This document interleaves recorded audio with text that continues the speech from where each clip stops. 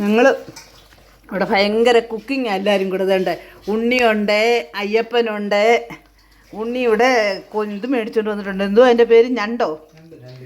വലിയ ഞണ്ട് കൊണ്ടുവന്നിട്ടുണ്ട്. ഞങ്ങൾ മേടിച്ചുകൊണ്ട് വന്നേ വലിയ ഫിഷ് മാർക്കറ്റിൽ പോയി മേടിച്ചുകൊണ്ട് വന്നു. ഞണ്ടല്ലേ? ഞണ്ട് ദേണ്ട മൊത്തത്തിൽ ഇങ്ങോട്ട് കാണിക്കും.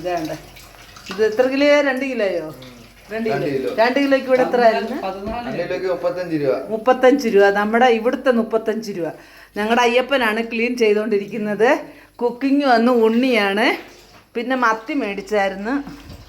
അപ്പോൾ മത്തി ഞാനിങ്ങനെ അരച്ച് പുരട്ടിക്കൊണ്ടിരിക്കുവാണ്. അരപ്പൊക്കെ തേച്ച് നമുക്കൊന്ന് മാരിനേറ്റ് ചെയ്ത് വെക്കാം കുറച്ച് നേരമേ. ഉള്ള ഇതിൽ ഞങ്ങളിതൊക്കെ ചെയ്തുകൊണ്ടിരിക്കുകയാണ്. ഇപ്പോൾ നമ്മുടെ ഞണ്ട് കറിയൊക്കെ ആശാൻ ഇവിടെ ഉണ്ട്. ആശാനാണ് ചെയ്യുന്നത്. ഞങ്ങളുടെ ഉണ്ണി ആശാന് എൻ്റെ അനിയത്തിയുടെ മോനാണ്. മക്കൾ 3 പേരും വന്നിട്ടുണ്ട്. അനിയത്തിയുടെ മക്കൾ 3 പേരും.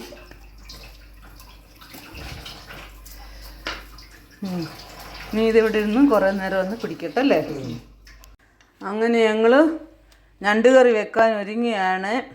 ചോറ് വെക്കാൻ കുക്കർ അടുപ്പേ വെച്ചിട്ടുണ്ട്. ഇപ്പോൾ സമയം എത്ര മണിയായി? 12 മണി കഴിഞ്ഞു. 12:10 ഞങ്ങളെല്ലാം വെളിയിലൊക്കെ പോയി. 1:10?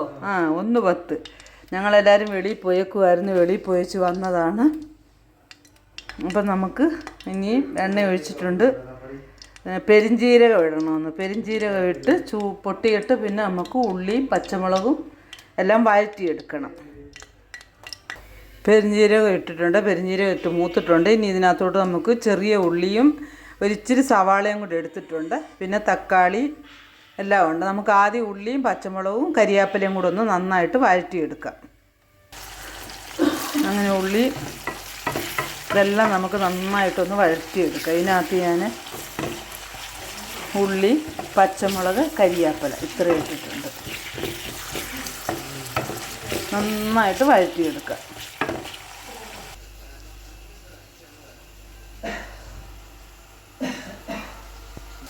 ഇഞ്ചി വെളുത്തുള്ളി പേസ്റ്റ് ഇട്ടിട്ടുണ്ട്. ഇനി മുളക് പൊടി ഇടുക. എത്രയാണെന്ന് വെച്ചാൽ മുളക് പൊടി ഇടുക. മുളക് പൊടി ഇട്ടേച്ച് എരിവ് വേണമല്ലോ ഇട്. അത് കളറ് കുറവ് ഇത് ഉണ്ടെന്നേ ഉള്ളൂ. ഇത് എരിവ് കുറവാണ്. ഇച്ചിരി ഇട്, നേരെ ഇട്, തികയത്തില്ല. ഇട്ടു. മല്ലിപ്പൊടി ഇട്. മല്ലിപ്പൊടി ഇതാണ്ട് ഇതിനകത്ത് നോക്കി. ഇതേതാന്ന് മല്ലിപ്പൊടിയാണോ നോക്കി. അതല്ലേ കൊറിയൻഡർ.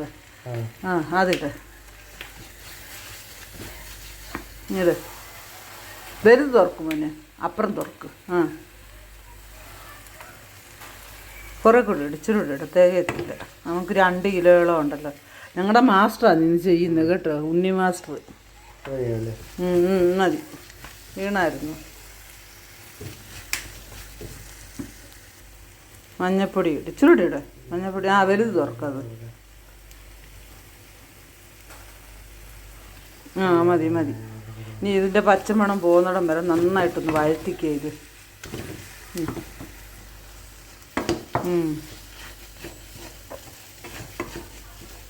ഇനി ഇതിനകത്തോട്ട് തക്കാളിയും കൂടെ ചേർക്കണം അല്ലേ?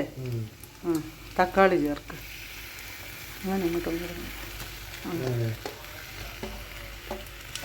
ആക്ച്വലി ഇതെല്ലാം കൂടെ വഴറ്റിയിട്ട് അരയ്ക്കണമെന്ന് പറഞ്ഞല്ലേ മോനെ? ഞാൻ വെച്ചിട്ടില്ല, എനിക്കൊട്ട് അറിയത്തുമില്ല. അപ്പോൾ ഉണ്ണിയാണ് വെക്കുന്നത്. തക്കാളി എല്ലാം കൂടെ ഇപ്പം നമുക്ക് അരയ്ക്കാനുള്ള സൗകര്യം ഇല്ലാത്ത കാരണം ഞങ്ങൾ നന്നായിട്ട് വഴറ്റി അങ്ങ് ചേർക്കുക അല്ലേ? അവിടെ വെക്ക്. പെരമ്പ കഴിക്കുമല്ലോ. മോനവിടെ വെച്ചേരടാ. താഴെ വെക്ക്. സോപ്പിട്ട് കഴുകുക. അവിടെ അതിനകത്തില്ല.